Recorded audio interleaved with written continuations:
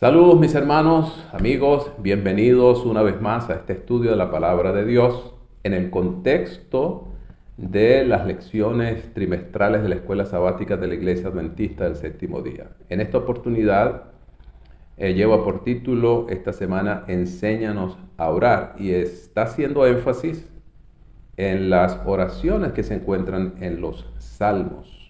En una oportunidad los discípulos, ¿verdad?, le preguntaron a Jesús o le pidieron a Jesús, enséñanos a orar. Pues bien, la práctica de muchos creyentes a través de los siglos ha sido utilizar los salmos también como una fuente de inspiración para sus oraciones. Vamos a revisar estos salmos, estos 4 salmos específicos que tenemos para esta semana. Vamos a profundizar un poquito en ellos hasta donde nos sea posible y sobre todo vamos a extraer lecciones de la experiencia de los autores de estos salmos que nos puedan servir a nosotros también. Y al mismo tiempo vamos a mencionar algunos principios de interpretación básicos, ¿no? Bueno, vamos a orar para comenzar.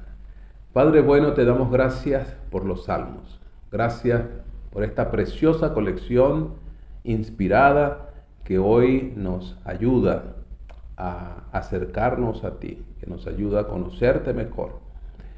Te pedimos que te quedes con nosotros en esta reflexión, lo pedimos en el nombre de Jesús.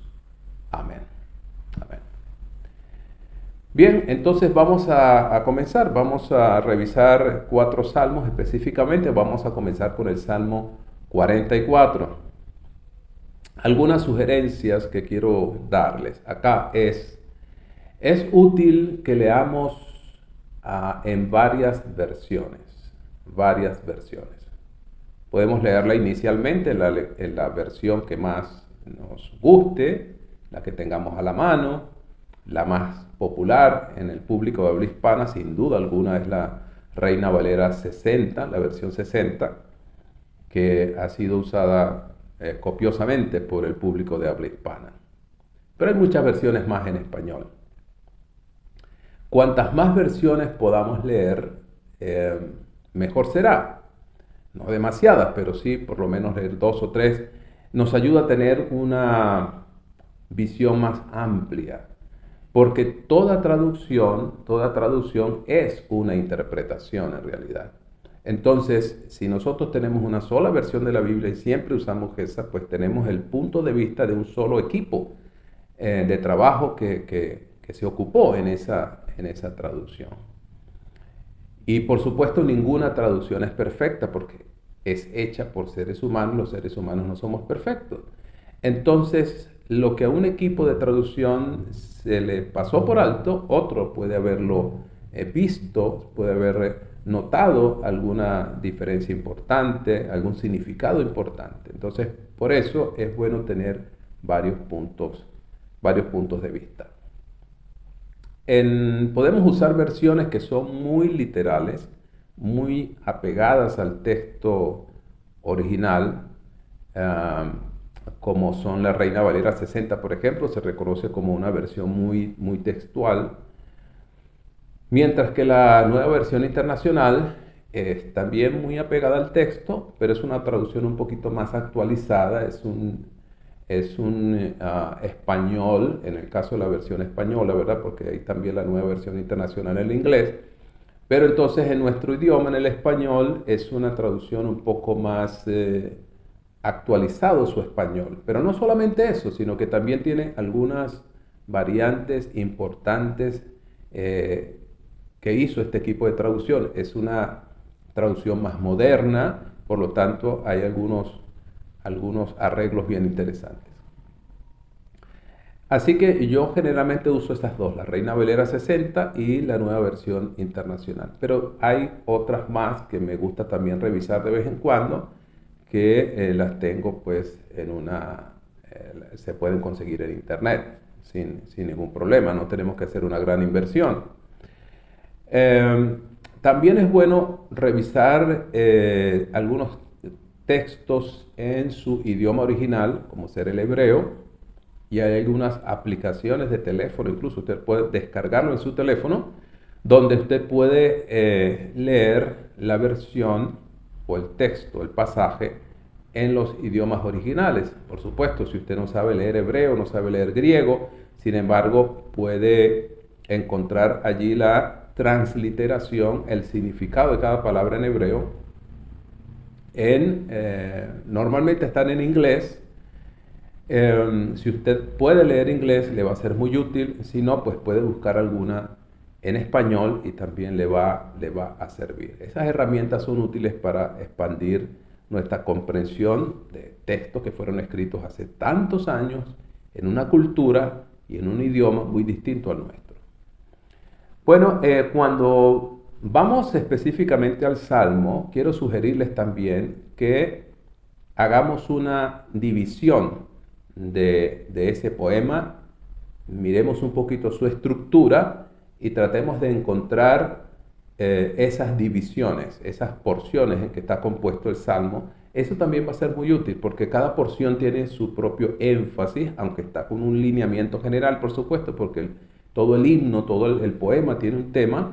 Sin embargo, tiene esos énfasis que van marcando algunas porciones, algunas divisiones naturales del Salmo. Vamos a ver entonces esos detalles en este Salmo 44. Vamos a hacer el ejercicio ahora mismo. Es importante también recordar una vez más que estamos frente a una porción de poesía. Es el estilo literario o el género que estamos tratando. Y en estos géneros literarios, el autor se va a expresar tal como se siente, no como debería expresarse, sino como se siente. Y esto es muy común, no solamente en los Salmos, pero en general en la Biblia, en el Antiguo Testamento específicamente, o más específicamente, los autores se expresan tal como se sienten. ¿Qué quiere decir? Que si el autor en algún momento se siente decepcionado, lo va a decir. Si se siente incluso decepcionado de Dios, lo va a decir. Y ustedes lo van a notar en estos salmos. Si se siente olvidado, si se siente abandonado, lo va a decir. Esto es una lección importante para nosotros y quizás una de las más importantes cuando tratamos de aprender a orar con los salmos, es que el salmista, el compositor, va a expresarse con toda honestidad y franqueza en cuanto a sus verdaderos y reales sentimientos, sus emociones. Nosotros en Occidente hemos aprendido una religión un poco más, digamos, más formal, y nos dirigimos a Dios, incluso en nuestras oraciones, no necesariamente no necesariamente expresamos cómo nos sentimos, sino más bien elaboramos una oración que se supone es respetuosa y es la oración que deberíamos hacer. Pero el autor de los salmos o el hebreo en general no lo hace así. Él lo va a expresar tal y como se siente. Siempre, por supuesto, va a haber un lenguaje respetuoso, pero no va a ocultar sus sentimientos. Eso es muy importante, porque nosotros también cuando oramos debemos ser francos, sinceros con Dios. Hay una expresión atribuida a Lutero que me gusta, ¿no? Cuando él habla de la oración, él dice, cuando ores, procura que tu corazón se quede sin palabras y no que tus palabras se queden sin corazón. Es decir, no digas cosas que realmente no sientes, no expreses palabras que realmente no están saliendo de tu corazón, sino que seas sincero con Dios. Bien, con esta breve introducción, entonces vamos a entrar en el Salmo 44. Vamos a ver las divisiones que al menos yo puedo notar aquí. Usted puede quizás notar otras, esta es solamente una sugerencia. La primera sección o la primera división yo la consigo en los versículos 1 al 3. Versículos 1 al 3. Yo le puse un título, ¿no? Sugerente, así como para guiarme, como el título de una obra, de un libro, de una película. Yo le puse Recordar es vivir. ¿Por qué le coloco ese título, esa sugerencia? Porque en los versículos 1 al 3 hay como un recuento histórico de los actos maravillosos de Dios en el pasado. Dice el versículo 1, hemos oído, nuestros padres nos contaron lo que hiciste en sus días, en los tiempos antiguos. Con tu mano echaste a las naciones, los plantaste a ellos, etcétera, etcétera. Entonces, hemos escuchado esas historias de los actos maravillosos, portentosos de Dios en el pasado, ¿no? En la historia pasada de nuestra nación, de nuestro pueblo, de nuestra familia. Eso es lo que hace en la primera sección. Y entonces dice en los versículos 1 y 2, por ejemplo, habla de las conquistas exitosas que su pueblo logró gracias a Dios, ¿no? Específicamente la conquista de la tierra prometida. Porque dice específicamente allí en el verso 2, con tu mano echaste a las naciones y los plantaste a ellos. Es decir, sacó a los habitantes originarios de la tierra de Canaán y plantó al pueblo de Israel allí, afligió a los pueblos y los arrojó. Entonces, por eso sabemos que está hablando específicamente de la conquista, que fue concretada por Josué. Bien, entonces luego podemos entender entonces que para el judío la historia no es simplemente una secuencia de eventos, ni tampoco es la descripción de los actos de las proezas del hombre. Para el judío, la historia es el registro de los actos portentosos de Dios en la vida humana. Eso es un punto de vista muy importante que marca una diferencia entre cómo el judío ve la historia y cómo lo ve el mundo en general. Son dos posiciones diferentes. Y nosotros como cristianos, herederos directos de esa tradición, de esa cultura judaica, pues también vemos la historia de esa manera. Para nosotros la historia no es simplemente un suceso de eventos ocurridos en el tiempo, sino el desarrollo de la voluntad de Dios a través de la historia, ¿no? Cómo Dios interviene en la vida de los hombres y cómo su plan se va llevando a cabo a través del tiempo. Ahora, en el versículo 3 hay un reconocimiento a quién realmente ha sido el causante de esas conquistas, de esas victorias. Dice, porque no se apoderaron de la tierra por su espada, ni su brazo los libró. Fue tu mano, fuiste tú quien los ayudó, porque los amaste, te complaciste en ellos, o los amaste, como dice la Nueva Versión Internacional. Entonces hay un recuento de los actos poderosos de Dios, un reconocimiento, ¿no? de lo que Dios ha hecho. En la segunda sección, la segunda parte de este salmo, yo la consigo de los versículos 4 hasta el 8. Yo le puse un título, dice, en tu nombre lo haremos de nuevo. ¿Cuál es el mensaje en esta porción? Bueno, hay una invocación a Dios en el versículo 4, ¿verdad? Y una petición, una invocación breve y una petición. En el versículo 4 dice, tú eres mi rey, tú eres Dios, manda salvación a Jacob. Luego en el versículo 5 hay una declaración de confianza en la victoria. Dice, por medio de ti sacudiremos a nuestros enemigos, hollaremos a nuestros adversarios en tu nombre. Entonces hay como una declaración de esa confianza implícita en que ese mismo Dios que actuó en el pasado va a actuar ahora. Nosotros vamos a salir, vamos a batallar, y así como lo hiciste en el pasado, lo irás a hacer ahora. En el versículo 6 dice, no confiamos en mi arco, no confiamos en nuestra espada, sino que más bien confían, ¿verdad? Como dice el versículo 7, confiamos más bien en que Dios es quien tiene misericordia. Tú nos guardas de nuestros enemigos, tú has avergonzado a los que nos aborrecían. Entonces, hay una declaración, una vez más, reconociendo que no es por su poder, que no es por la fuerza, no es por el ejército, no es por las habilidades personales o colectivas del pueblo, sino que es por la gracia y la misericordia de Dios, tal como lo declaró en la primera sección, reconociendo que las victorias de sus antepasados se debían nada más y nada menos que al poder y a la misericordia de Dios. Así que ahora también lo vamos a hacer de la misma manera. Dios nos va a ayudar y nosotros vamos a ver el poder de Dios en nuestras vidas. Y entonces luego en el versículo 8 hay una alabanza a Dios por eso que que ellos esperan que va a ocurrir. En Dios nos gloriaremos y para siempre alabaremos tu nombre. Pero ahora resulta que en la tercera sección hay un cambio en el énfasis, ¿no? Y ahí esto es bastante interesante. La tercera sección yo la llamo tiempos de confusión. Y va desde el versículo 9 hasta el 19. Es una porción bastante larga donde el salmista básicamente se queja contra Dios.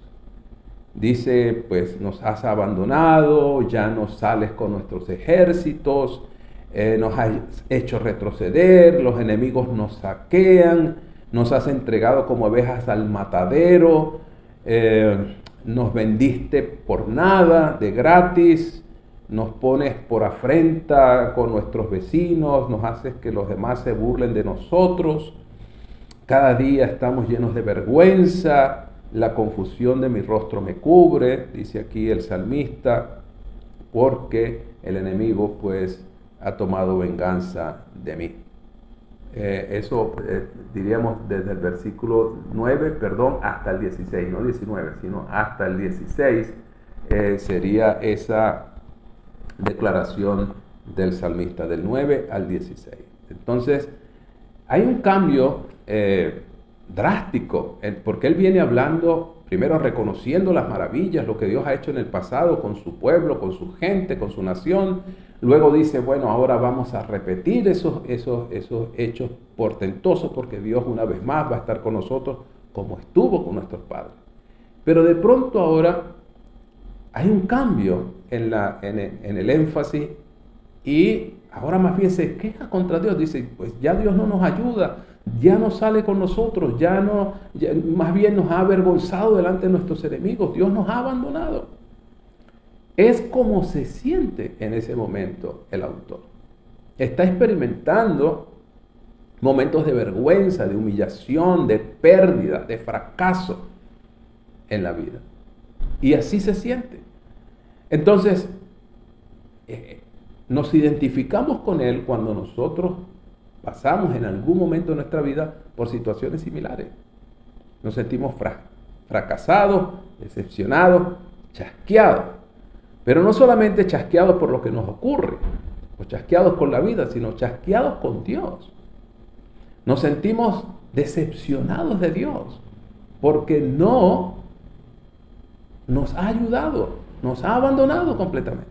Entonces, esa tercera sección es la que yo llamo tiempos de confusión. Pero lo más interesante es los versículos 17 al 22, donde el salmista continúa en este tono, pero ahora él está, digamos, buscando un culpable. ¿Quién tiene la culpa de que nosotros estemos pasando por esta situación? Y sorprendentemente, pues la culpa no es de él. Dice él, o de ellos, el pueblo, todo esto nos ha venido y no nos hemos olvidado de ti. No hemos faltado a tu pacto. No se ha vuelto atrás nuestro corazón, dice el verso 18. No nos hemos apartado de tus caminos para que nos quebrantaras de esta manera y nos cubrieras con sombra de muerte. Es decir, nosotros no tenemos la culpa. Nosotros lo hemos hecho bien. Luego, en el verso 20, sigue con esa tónica y dice, si nos hubiésemos olvidado del nombre de nuestro Dios o alzado nuestras manos a Dios ajeno, no demandaría a Dios de esto. Es decir, habría una justificación. Si nosotros nos hubiésemos olvidado de Dios, pues estaría justificado que estemos pasando por esto. Pero no es el caso. Incluso llega a decir, Él conoce los secretos del corazón. Es decir, esta persona está hablando con toda franqueza y sinceridad. Es lo mismo que encontramos en el relato de Job. Recuerda, cuando Job está pasando por una aflicción terrible, los amigos, entre comillas, le dicen, bueno, pero confiesa el pecado que has cometido. Si te está pasando esto, no es gratuito, tienes que haber hecho algo muy malo. Pero Job hace una declaración de inocencia. Y eso lo encontramos aquí nuevamente. El salmista está haciendo una declaración de inocencia. No hemos fallado. ¿Por qué, Señor? Entonces dice luego en el versículo 22, pero por causa de ti, es decir, por culpa tuya, nos matan cada día, somos contados como ovejas para el matadero. Aquí hay una expresión difícil para nuestra mente occidental digerir, cómo una persona puede hablar de esa manera contra Dios. Pero es como se siente realmente. Siente que Dios le ha fallado, que Dios no ha actuado con justicia, porque nosotros nos hemos portado bien, nosotros hicimos las cosas bien. ¿Por qué nos está pasando esto? Es una crisis en la vida de un creyente, una crisis repetida 1000 veces en la vida, muchas veces en la historia. Creyente se ha sentido de esa manera, como un misionero que va a tierras lejanas a entregar su vida por la causa, termina sufriendo, termina siendo asesinado, humillado, avergonzado en una tierra extranjera, cuando estaba solamente haciendo la voluntad de Dios. Entonces, ¿cómo Juan el Bautista, siendo un hombre tan justo, tan correcto, que solo predicaba la verdad, un hombre transparente, un hombre, bueno, el más grande de los hombres, nacidos de mujer, que el mismo Jesús testificó eso, cómo pudo morir de una manera tan vergonzosa, tan denigrante allí en una mazmorra, mandado a asesinar por una mujer impía, desvergonzada? ¿Cómo puede tener un final así una persona tan correcta como el Bautista? Entonces, estas preguntas que se está haciendo el salmista aquí son las que se ha hecho la humanidad siempre, los creyentes me refiero, se han hecho siempre, solo que no tenemos el valor de expresarlo. Sin embargo, aquí tenemos una oración. Esto está dirigido a Dios. Todos los salmos son dirigidos a Dios. Entonces, el salmista está dirigiendo a Dios sus pensamientos, sus emociones, cómo se siente. No quiere decir que esa sea exactamente la realidad, pero es lo que él está viendo, es lo que está viviendo y está hablando con toda sinceridad. Él dice, él conoce los secretos del corazón. O sea, Dios conoce lo que yo estoy pensando. Dios sabe lo que hay dentro de mí. Y esta angustia, esta crisis es la que hemos vivido muchas veces los cristianos. Y entonces, la última sección termina con la quinta sección sería el versículo 23 al 26, y entonces yo la titulé Nuestra única opción. Fíjense qué interesante. A pesar de que el salmista se está quejando de que Dios ha actuado, al menos desde sus emociones, ha actuado incorrectamente porque él se estaba portando bien o ellos lo estaban haciendo bien, no hay justificación para que Dios los haya abandonado. Sin embargo, fíjense cómo termina el salmo. Hay un llamado a Dios. Un llamado. Dice, despierta. ¿Por qué duermes, Señor? Despierta. No te alejes para siempre. Interesante, ¿no? Normalmente estamos acostumbrados a escuchar el llamado de Dios al hombre, pero aquí es el hombre llamando a Dios. Y le dice, ¿por qué te escondes? ¿Por qué te olvidas de nuestra aflicción, de nuestra opresión? Nuestra alma está agobiada hasta el polvo, nuestro cuerpo está postrado hasta la tierra. Estamos por el piso, que es una expresión muy propia que usamos nosotros, ¿verdad? Acá en Hispanoamérica, estoy por el piso. Así se siente el escritor, el autor, dice. Y está aparentemente interpretando el sentimiento de un colectivo, porque está hablando en plural. Levántate y ayúdanos. Sálvanos. Redímenos por tu misericordia. Y esto es lo hermoso de los salmos.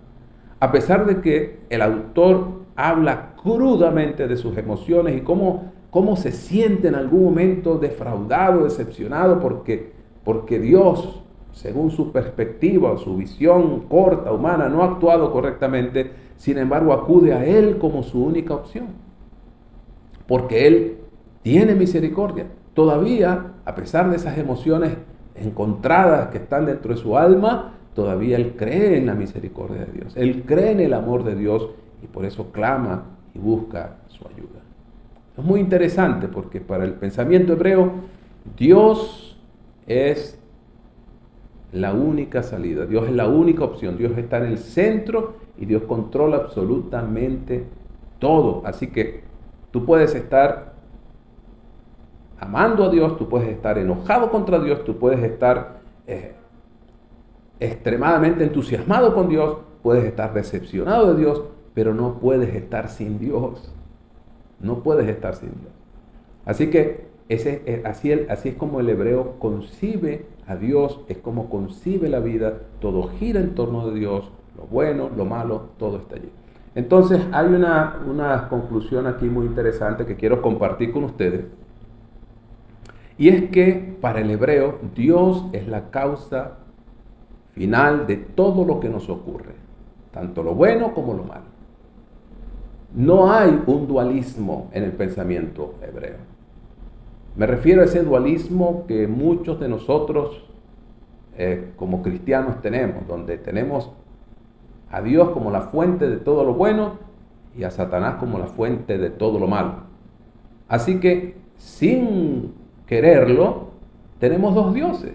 Entonces, un Dios que produce lo bueno y un Dios que produce lo malo. Pero en el pensamiento hebreo no existe tal cosa. Dios está absolutamente en control de todo. Dios es quien produce absolutamente todo. Entonces, de maneras que nosotros no podemos entender, pero que todo a la final conduce al cumplimiento de su voluntad. Número 2, Dios es nuestra única solución. El hebreo siempre va a encontrar en Dios su única opción.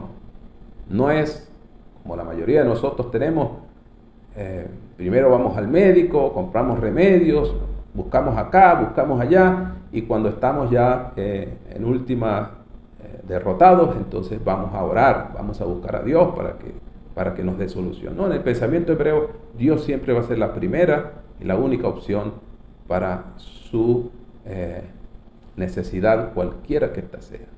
Cualquiera que ésta sea. Así que aunque se sienta en algún momento confundido e incluso enojado contra Dios, siempre va a encontrar en Dios su ayuda, su apoyo, su socorro, y siempre va a creer en la misericordia y la benevolencia de Dios.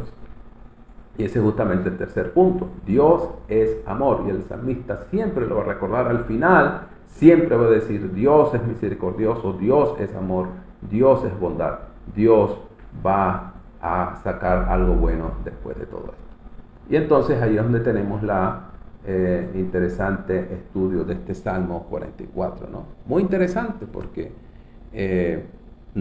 cualquiera de nosotros en algún momento se ha sentido así también.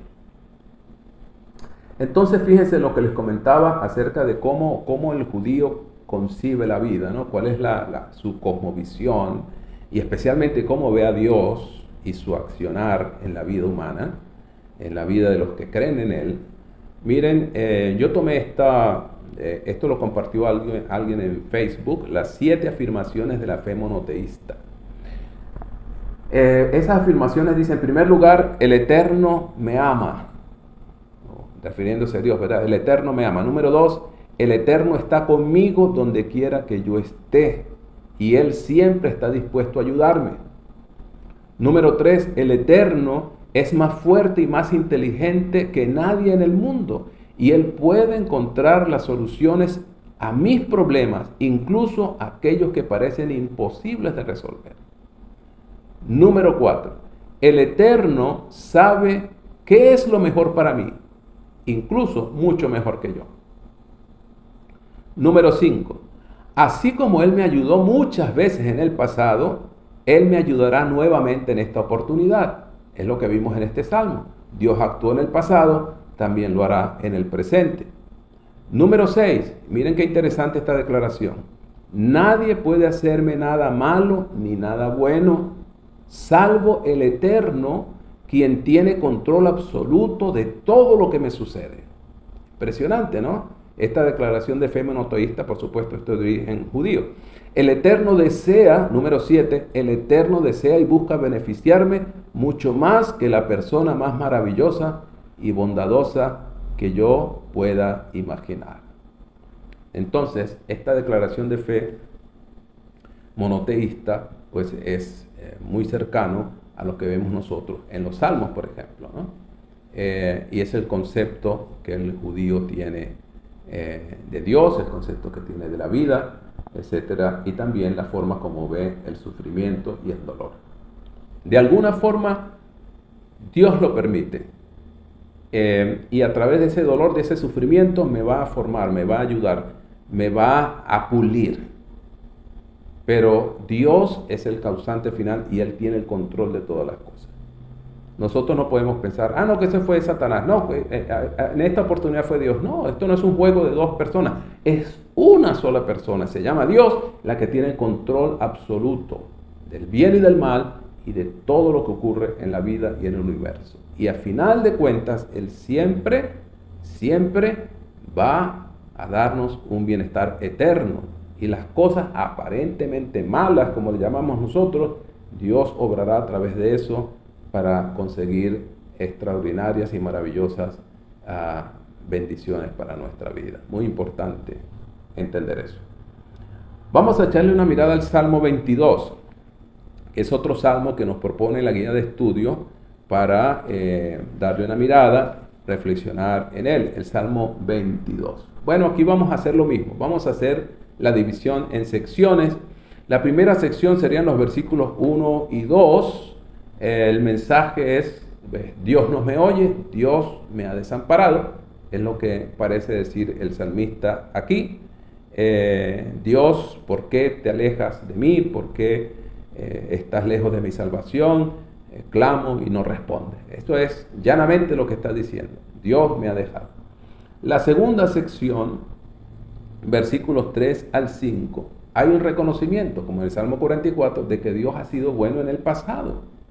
Dice en ti, dice el versículo 4, esperaron nuestros padres y tú los libraste. Tú los libraste. Entonces hay un reconocimiento. Dios ha sido bueno en el pasado. En la tercera sección, vamos a notar en este salmo, por cierto, que hay subidas y bajadas. Hay como momentos de depresión, hay momentos de reconocimiento del poder de Dios y otra vez se vuelve a hundir en sus sentimientos. En el versículos 6 al 8, entonces nuevamente una expresión de tristeza, dice, estoy humillado, soy objeto de burla, la gente se burla de mí, que es una expresión que se consigue mucho en los salmos, ¿verdad? Cuando estoy pasando por malos momentos, mis enemigos se burlan de mí. Y luego la sección cuarta sería los versículos 9 y 10, donde una vez más tiene un tono positivo. Entonces hay positivo, negativo, son emociones que van y vienen. Entonces en la cuarta sección 9 y 10 hay un reconocimiento de que Dios ha estado con él desde su nacimiento. Dice, tú has estado conmigo desde el vientre, dice el verso 9, desde que estaba, me hiciste estar confiado desde que estaba en los pechos de mi madre. Entonces desde el vientre de mi madre, tú eres mi Dios. Hay un reconocimiento de esa cercanía, de ese Dios tan personal, tan íntimo, que ha estado con él incluso desde su misma concepción. Entonces, es lindo, ¿no? Esta expresión y este reconocimiento de un Dios que es cercano, que es personal, muy personal. Luego, en la quinta sección, que son los versículos del 11 hasta el 18, el mensaje, bueno, es una expresión de extrema angustia y abundan mucho las figuras de comparación. Por ejemplo, en el verso 12 dice, me han rodeado muchos toros, fuertes toros de Basán me han cercado. Hay una alusión aquí a una figura, a una imagen de la fauna de aquellos territorios, toros de Basán, a saber cómo eran esos toros de Basán, nosotros no sabemos. Basán era un territorio que no es conocido para nosotros y también desconocemos poner la figura, la forma, el tamaño de esos toros. Pero lo que sí podemos deducir es que verse rodeados por toros de cualquier manera es algo que a cualquiera le pone los pelos de punta. Es una situación de amedrantamiento, de extremo temor, ¿no? Porque estás frente a animales que son mucho más fuertes que tú. Entonces luego dice acá en el versículo 14, he sido derramado como aguas. Dice en la segunda parte, mi corazón fue como cera, se ha derretido como la cera, ¿no? Entonces son figuras del lenguaje poético para expresar un extremo estado de angustia, de dolor, de sufrimiento, muy grande, muy grande. Y eso es lo que describen los versículos 11 al 18. Luego, en la siguiente sección, la sección sexta sería, versículos 19 al 21, viene entonces una súplica, clamor por ayuda. Dice Jehová, en versículo 19, no te alejes, fortaleza mía, apúrate a socorrerme. Y otra vez usa esas figuras de comparación, ¿no? Figuras del lenguaje poético: líbrame del perro, líbrame de la boca del león y también de los cuernos de los búfalos. Entonces usa aquí tres animales salvajes para referirse a hablar de la angustia que le produce la condición en la que se encuentra, ¿no?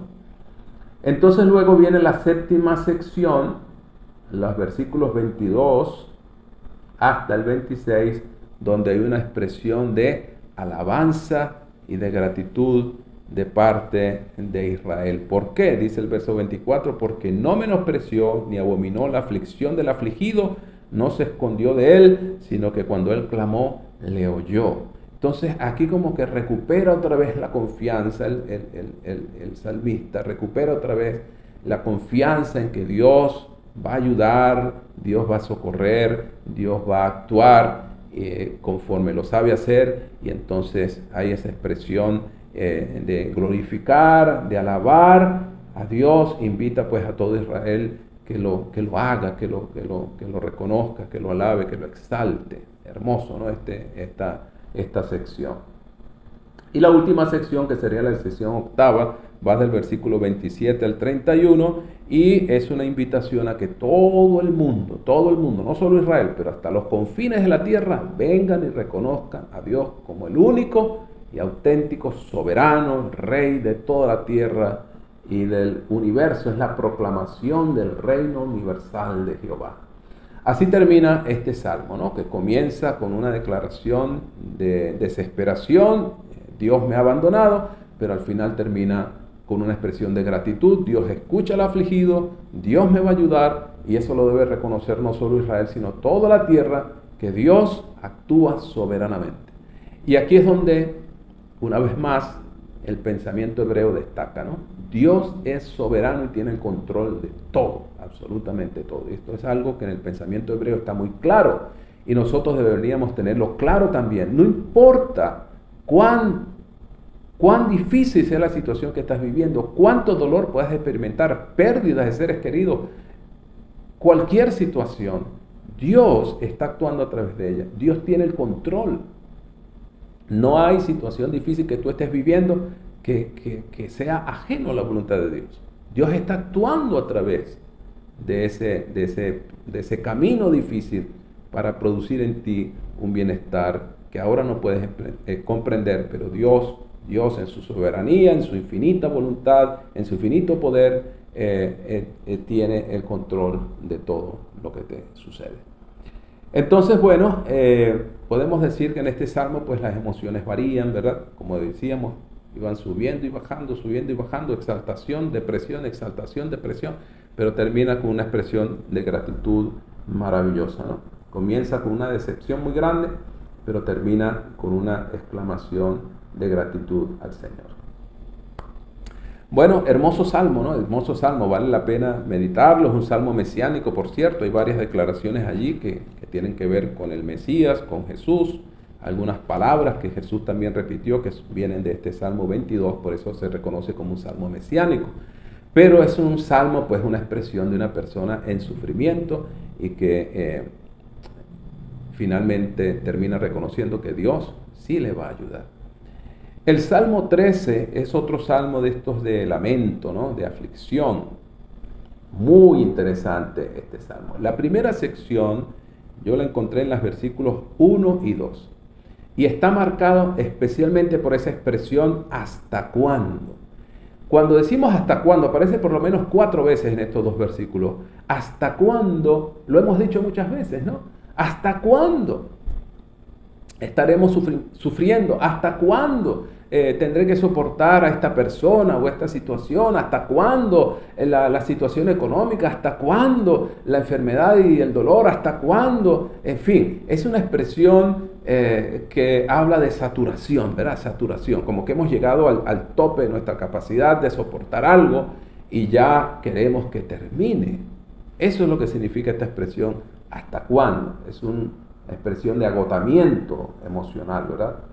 Entonces queremos que ya la situación que estamos viviendo termine. Vamos a ver algunas de estas expresiones y explorarlas un poco. Por ejemplo, cuando se dirige a Dios, es un hasta cuándo que dirige al salmista contra Dios. Dice, ¿hasta cuándo te esconderás? Cuando dice, ¿hasta cuándo ocultarás tu rostro? La palabra hebrea para rostro es la misma para presencia. Entonces es como que Dios se esconde, no siente la presencia. El salmista no está sintiendo la presencia de Dios. Y por eso clama, ¿hasta cuándo? No te veo, no te siento en mi vida. Y eso lo dirige él contra el mismo Dios, porque así se siente. Pues siente que Dios lo ha olvidado y que Dios no lo siente, no lo ve. La segunda expresión, ¿hasta cuándo?, va dirigida contra él mismo, porque dice, ¿hasta cuándo pondré consejos en mi alma con tristezas en mi corazón? En versículo 2. Entonces es una pregunta que se hace él mismo, ¿no? Es decir, ¿hasta cuándo voy a estar rumiando estos pensamientos de tristeza, de aflicción, de dolor en mi mente, ¿no? Es un estado mental típico de la depresión, donde la mente se convierte en algo morboso y entonces se alimenta a sí mismo de pensamientos negativos. Es un estado mental del cual él quiere escapar. ¿Hasta cuándo mi mente me va a estar molestando? Porque ciertamente cuando estamos en momentos difíciles, la mente se perturba y llega incluso a veces a exagerar la situación, llega a exagerar, nadie me quiere, por ejemplo, una expresión muy típica, nadie me oye, nadie me entiende. Expresiones que nacen de una mente que está perturbada. Pero entonces esa mente perturbada distorsiona la realidad, que ya está siendo difícil, ya es bastante dura, pero entonces la mente cae en ese ciclo, ¿no?, de hacerse daño a sí misma. Y por eso es importante muchas veces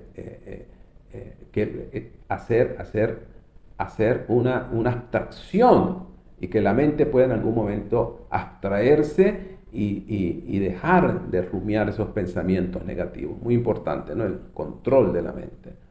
Y luego el tercer hasta cuándo es contra una tercera persona, porque dice en la parte final del verso 2, ¿hasta cuándo será enaltecido mi enemigo sobre mí? Es decir, esa persona que me está haciendo daño, ¿no?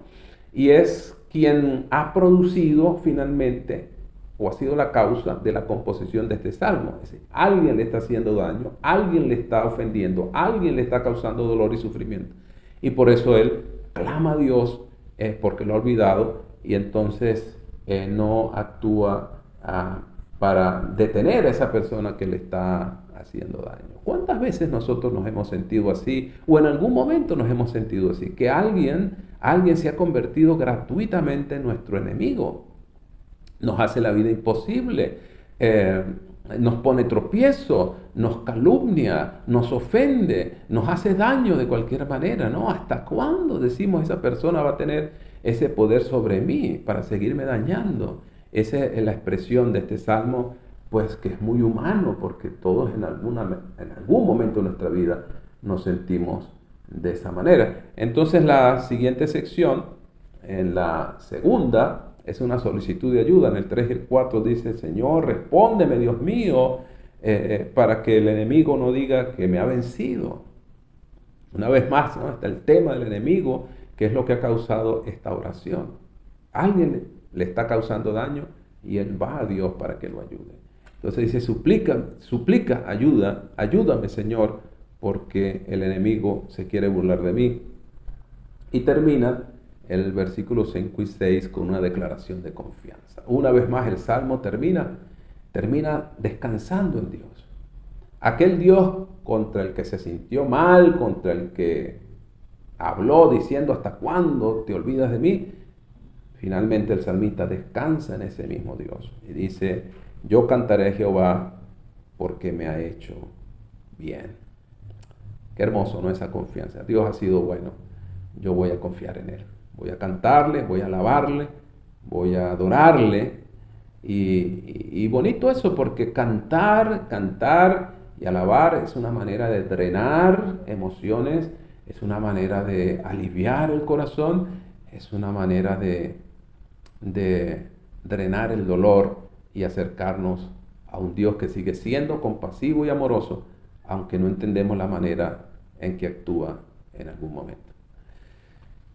Y yo recuerdo en este momento cuando recibí la noticia del cáncer de mi padre hace varios años, y mi esposa y yo pues pasamos por un momento muy difícil. Lloramos mucho, no esperábamos algo así. Papá siempre fue un hombre muy fuerte físicamente, muy sano, pues un hombre de Dios también, un hombre dedicado a su iglesia. Los que me están oyendo y lo conocieron pues saben que fue así. Así que para mí, para mi esposa, para mi familia, mis hermanos, mi mamá, enterarnos de que papá tenía un cáncer y en ese grado en que lo tenía fue muy duro. En ese tiempo, un conocido nos prestó un libro a mi esposa y a mí, que se llama Cuando lo que Dios hace no tiene sentido, del doctor James Dobson. Ese libro fue una ayuda, dentro de todo lo que estamos viviendo fue una ayuda, porque relata pues la experiencia de muchos cristianos que en algún momento no entienden por qué Dios actúa o no actúa de la manera como nosotros quisiéramos que lo hiciera, ¿no? Así que pues los salmos son parte de eso, expresiones espontáneas, sinceras, de una persona que está confundida, que no entiende por qué Dios actúa de esa manera, pero finalmente termina entregando su vida en Dios, porque después de todo, Dios es amor.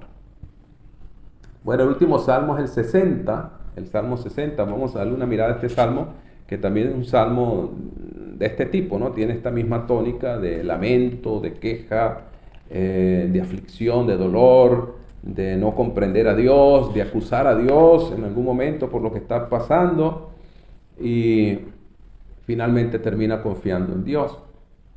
En la primera sección, los versículos 1 al 3, el salmista dice: Dios está molesto. Esto es interesante, ¿no? Es muy interesante porque a veces los escritores bíblicos usan lo que los expertos han llamado antropopatismos, es decir, atribuirle a Dios sentimientos humanos. Entonces, ese antropopatismo, es decir, Dios se molestó, pero Dios no está sujeto a pasiones como nosotros, y nosotros sí nos airamos, nos molestamos, pero Dios no se molesta como lo hacemos nosotros, pero es la forma como el autor interpreta lo que está pasando. Dice: como Dios se molestó, entonces me está pasando todo lo que nos sucede. Esa versión, en esa porción de versículo 1 al 3, por ejemplo, el 3 dice: nos has hecho ver cosas duras, nos hiciste beber vino de aturdimiento. Usted sabe que la expresión beber vino, beber la copa, es una expresión para decir pasar por un momento amargo y difícil. Jesús habló de su momento duro, de pasar por el Getsemaní, por la crucifixión, por todo ese momento tan difícil. Es como una copa, ¿no? La copa que he de beber, la copa que me ha dado mi Padre, tengo que beberla, es decir, tengo que pasar por este momento amargo y difícil.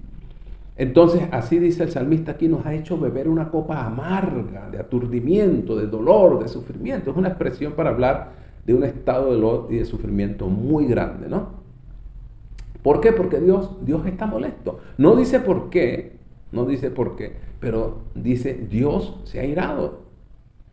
Y entonces, por eso estamos viviendo todo lo que estamos viviendo. El verso 4 y 5 finalmente dice: bueno, Dios va a ayudar a su pueblo. En una expresión, el versículo 4 dice: has dado a los que te temen bandera que alcen por causa de la verdad. Es una expresión acá en la Reina Valera. La Nueva Versión Internacional tiene una traducción un poquito distinta. pero es algo así como para que se libren tus amados, sálvalos con tu derecha, Señor, óyeme. Es un clamor, otra vez. Me quejo contra Dios, pero le pido ayuda. Esa es la aparente paradoja, ¿no?, de las oraciones hebreas. Me quejo de Dios, pero le pido ayuda. En la tercera sección, entonces, hay una variante con relación a los salmos anteriores, y es que Dios aparentemente habla. Dice, Dios ha dicho en su santuario, me alegraré, repartiré a Siquem, mediré el valle de Sucot. Y hay unas menciones allí a lugares específicos, geográficos, que a nosotros no nos dicen nada.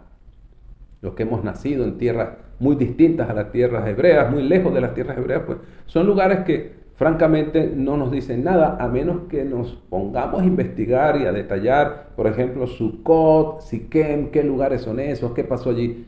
Lo cierto, son lugares que no son propiamente lugares de establecimiento judío. Son lugares, digamos, ajenos a la experiencia israelita, son lugares extranjeros.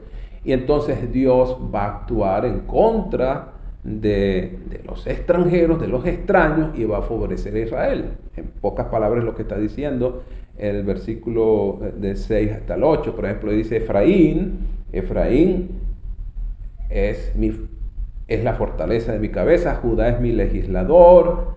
Dice en el versículo 7, Galaad es mío, Manasés también. Es decir, yo tengo un pueblo con el que me identifico, gente que me ama y a la que yo amo, pero en cambio está Moab y Edom y Filistea, que son tierras extranjeras.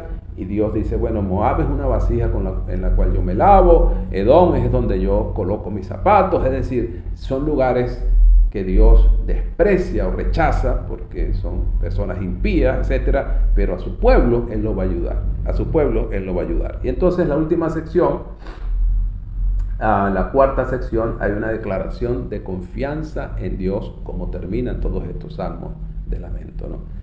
Y entonces dice, me gusta esta expresión, la parte final del 11 y la primera del 12. La ayuda de los hombres es inútil, pero en Dios haremos valientemente, sería una traducción literal, ¿no? Actuaremos valientemente. La Reina Valera dice, haremos proezas, o haremos cosas grandes, o tendremos victorias, dice la Nueva Versión Internacional. Lo cierto es que con Dios vamos a ir bien. La ayuda de los hombres no es útil, no produce resultados. Es Dios quien nos da la victoria. Es una declaración magnífica de confianza en Dios. Es una declaración que se repite en muchos salmos y en muchos lugares de la Biblia, ¿no? No quiere decir que los hombres, o Dios no va a utilizar hombres, personas, seres humanos en muchos momentos de nuestra vida para ayudarnos. Claro que sí, claro que sí. Pero nuestra confianza final no se origina en el ser humano, se origina en Dios. El ser humano que nos ayuda es un instrumento de Dios para ayudarnos en algún momento de nuestra vida. Así que bueno, estos son salmos maravillosos, preciosos, duros, difíciles, pero finalmente son reales, son sinceros, porque es lo que vive el ser humano, es lo que tú y yo vivimos en cualquier momento en que nos sentimos defraudados, desanimados, humillados, olvidados de Dios. Pero finalmente terminamos orando porque Dios, aunque no lo entendemos ahora, no entendemos cómo actúa ahora, Dios es bueno, Él nos va a ayudar. Que Dios te bendiga, mi querido amigo, hermano. Gracias por quedarte hasta el final de este video. Que Dios te acompañe. Y vamos a orar, por cierto. Vamos a orar a ese Dios maravilloso. Dios querido, Padre nuestro, muchas veces nos hemos sentido como el salmista. Frustrados, decepcionados, olvidados de ti, abandonados. Sentimos que tú no respondes la oración, que no escuchas. Perdónanos, Señor, si hemos dudado de ti en algún momento, pero finalmente sabemos y reconocemos que tú eres amor y finalmente actuarás para bien nuestro. Gracias por tenerte en nuestras vidas. Gracias porque eres la primera, la única y la mejor opción. Danos confianza en ti cada día, Señor, para siempre cantarte salmos y alabarte por lo bueno que ha sido en nuestras vidas. Quédate con nosotros, en el nombre de Jesús. Amén.